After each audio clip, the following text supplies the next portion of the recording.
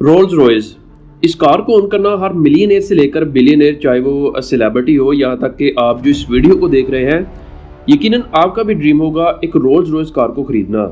और होना भी चाहिए, क्योंकि ये अपने क्राफ्ट्समैनशिप, लग्जरी, एलिगेंस और परफेक्शन की मिसाल है।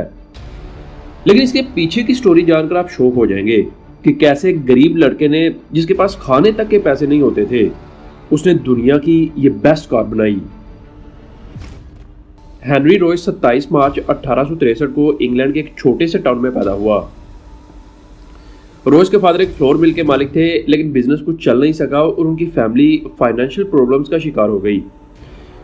रॉयस की फैमिली काफ़ी अर्ली एज में ही लंदन शिफ्ट हो गई बेटर अपॉर्चुनिटीज़ के लिए। लेकिन जब हेनरी सिर्फ 4 साल का था, उसके वालिद का इंतकाल हो गया। इस वजह से रॉयस और उसकी माँ की हालत और भी ज़्यादा ख़राब हो गई। उनके पास खाने तक के पैसे नहीं होते थे। 7 साल की उम्र में रॉयस ने अपने घर के फाइनेंशियल बर्डन में मदद करनी शुरू की। उसने अपने करियर की शुरुआत एक न्यूज़पेपर डिलीवरी बॉय और टेलीग्राम मैसेंजर के तौर पर की। इस वक्त ये अपनी ज़िंदगी के मुश्किल तरीन वक्त से गुजर रहे थे, पर रॉयस के अंदर शुरू से एक जुनून था सीखने का, नई नई चीज़ें डिस्कवर करने का।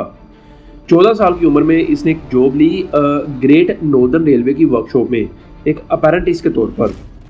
या उसने इंजीनियरिंग के बेसिक्स सीखने शुरू किए, मगर फाइनेंशियल इश्यूज की वजह से 3 साल बाद ये जॉब भी उसे छोड़नी पड़ी।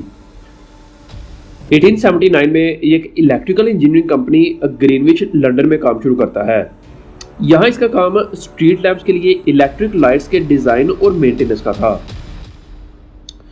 यहीं से रॉयस ने इलेक्ट्रिकल टेक्नोलॉजी में इंटरेस्ट लेना शुरू किया।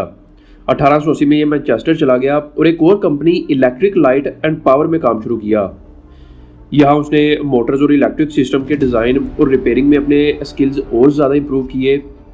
ये फेस उसकी प्रोफेशनल डेवलपमेंट का बहुत अहम हिस्सा था।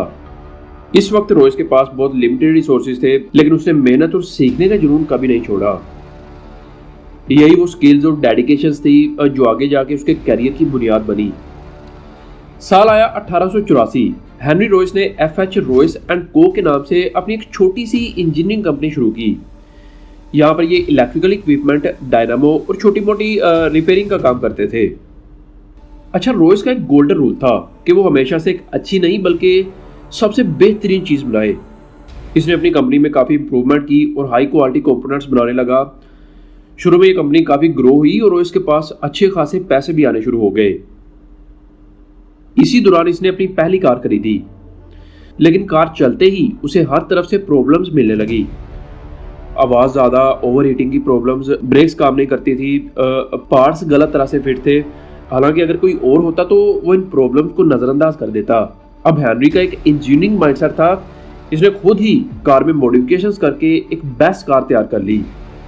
यहाँ से उसका इंटरेस्ट मोटर कार्स में बढ़ना शुरू हो गया। उसे लगा कि वो खुद की कार भी बना सकता है। इसने अपनी एक टीम तैयार की और खुद की कार बनाने का फैसला किया, क्योंकि जो कार्स उस वक्त मार्केट्स में मिल रही थी वो उसके स्टैंडर्ड के मुताबिक नहीं थी। वहीं रॉयस हमेशा एक परफेक्ट चीज बनाता था।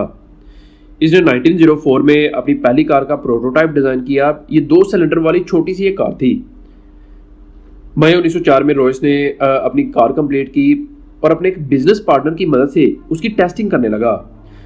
कार बेहद स्मूथ, रिलायबल और लाइट वेट थी। लेकिन रॉयस अकेला इस कार को पूरे इंग्लैंड तक नहीं पहुंचा सकता था। इसे एक ऐसे शख्स की तलाश थी जिसे मार्केटिंग करनी आती हो, जो मार्केट को जानता हो। यहां से एंट्री होती है चार्ल्स रोल्स की। इसने जब रॉयस की कार देखी तो रोल्स रॉयस की कार से इतना मुतासिर हुआ, उसने फौरन उसे डिस्ट्रीब्यूट करने का फैसला किया। यही था रोल्स रॉयस पार्टनरशिप का ऑफिशियल स्टार्ट। इन्होंने अपनी पहली कार का नाम रोल्स रॉयस 10HP रखा, जो अपने एडवांस्ड इंजीनियरिंग और स्मूथ परफॉर्मेंस के लिए मशहूर थी। इस कार का डिजाइन रॉयस का था और रोल्स इसका प्रमोशन और मार्केटिंग कर रहा था। Rolls Royce limited officially establish हुई और ये company high and luxury cars बनाने लगी। शुरू में इनका प्लान 10, 15, 20, 30 HP के मॉडल्स का था। इस कंपनी का मेन गोल था दुनिया की सबसे बेहतरीन कार बनाना। अच्छा, उस वक्त कार्स रेसिंग टूर्नामेंट्स भी काफी पॉपुलर थे। लोग लाखों की तादाद में देखने के लिए जाते थे। रोल्स ने रॉयस से कहा कि वो अपनी कार्स को रेसिंग टूर्नामेंट्स में उतारेंगे, और फिर जो हुआ वो हिस्टोरिक था। रोल्स रॉयस ने कई रेसिंग टाइटल्स जीते। कार्स की परफॉर्मेंस इतनी बेहतरीन थी कि लोगों की फर्स्ट चॉइस बनने लगी। इसी साल उन्होंने मैनचेस्टर के पास डर्बी में एक बड़ा अपना फैक्ट्री प्लांट बनाने का फैसला किया। पब्लिक की बढ़ती डिमांड को देखकर रोल्स रॉयस ने अपनी most iconic car silver ghost launch की। इस कार ने इसे ग्लोबली फेम दिया। पहले इसका रिलायबिलिटी टेस्ट किया गया जो लंदन से ग्लासगो तक था। सिल्वर गोस्ट ने 2400 किलोमीटर का एंड्योरेंस टेस्ट कंप्लीट किया बिना किसी ब्रेकडाउन के। इस वजह से इसे दुनिया की सबसे बेहतरीन कार का टाइटल भी दिया गया। इस कार में 6 सिलेंडर इंजन था जो स्मूथ और क्वाइट था और ये रोल्स रॉयस की पहचान बन गया। 1910 चार्ल्स रोल्स की जिंदगी में एक ट्रेजेडी हुई। रोल्स को एविएशन का शौक था, वो एक स्किल्ड पायलट भी बन चुका था और ब्रिटेन का पहला शख्स बना जिसने एरोप्लेन से 2 वे इंग्लिश चैनल क्रॉसिंग की। लेकिन 12 जुलाई 1910 को एक एयर शो के दौरान उनका एरोप्लेन क्रैश कर गया और रोल्स की डेथ हो गई। रोल्स की डेथ के बाद रॉयस अकेला हो चुका था। इसके बाद भी इसने और कंपनी के बोर्ड ने कंपनी के डायरेक्शन को संभाला और रोल्स रॉयस का सफर जारी रहा। 1909 में लॉर्ड मोंटेग्यू ने अपनी रोल्स रॉयस के बोनट पर अलग से एक ऑर्नामेंट लगवाया। ये एलिनोर थ्रोटोन के प्यार में लगाया गया था जो मोंटेग्यू की सेक्रेटरी थी। 1911 में रोल्स रॉयस ने जब इस डिजाइन को देखा तो इन्होंने इसे मॉडिफाई करके अपना ऑफिशियल मैस्कोट बना दिया। यह spirit of ecstasy, luxury, speed, elegance को सिंबलाइज करता है और तभी से ये रोल्स रॉयस की पहचान बनी हुई है। इसे आपने अक्सर देखा भी होगा। इस स्कल्पचर को आर्टिस्ट चार्ल्स स्काइज ने डिजाइन किया था। रोल्स रॉयस की कार की डिमांड यूरोप और अमेरिका तक बढ़ गई। अब तक इसका नाम दुनिया की सबसे प्रीमियम कार के तौर पर एस्टैब्लिश हो चुका था। सिल्वर गोस्ट काफी सक्सेसफुल रही और इसकी डिमांड पूरी दुनिया में बढ़ने लगी। तभी एक दूसरी मुसीबत रोल्स रॉयस पर आ टपकी। वर्ल्ड वॉर 1 के शुरू होते ही पूरी दुनिया की इकोनॉमी क्रैश कर गई। रोल्स रॉयस को अपनी कार मैन्युफैक्चरिंग टेम्परेरी रिड्यूस करनी पड़ी।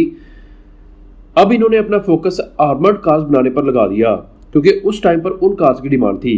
सिल्वर गोस्ट को मॉडिफाई करके इन्होंने आर्मर्ड कार में बदल दिया और वर्ल्ड वॉर 1 में ये काफ़ी इफेक्टिव साबित हुई जो बैटलफील्ड में यूज़ की गई।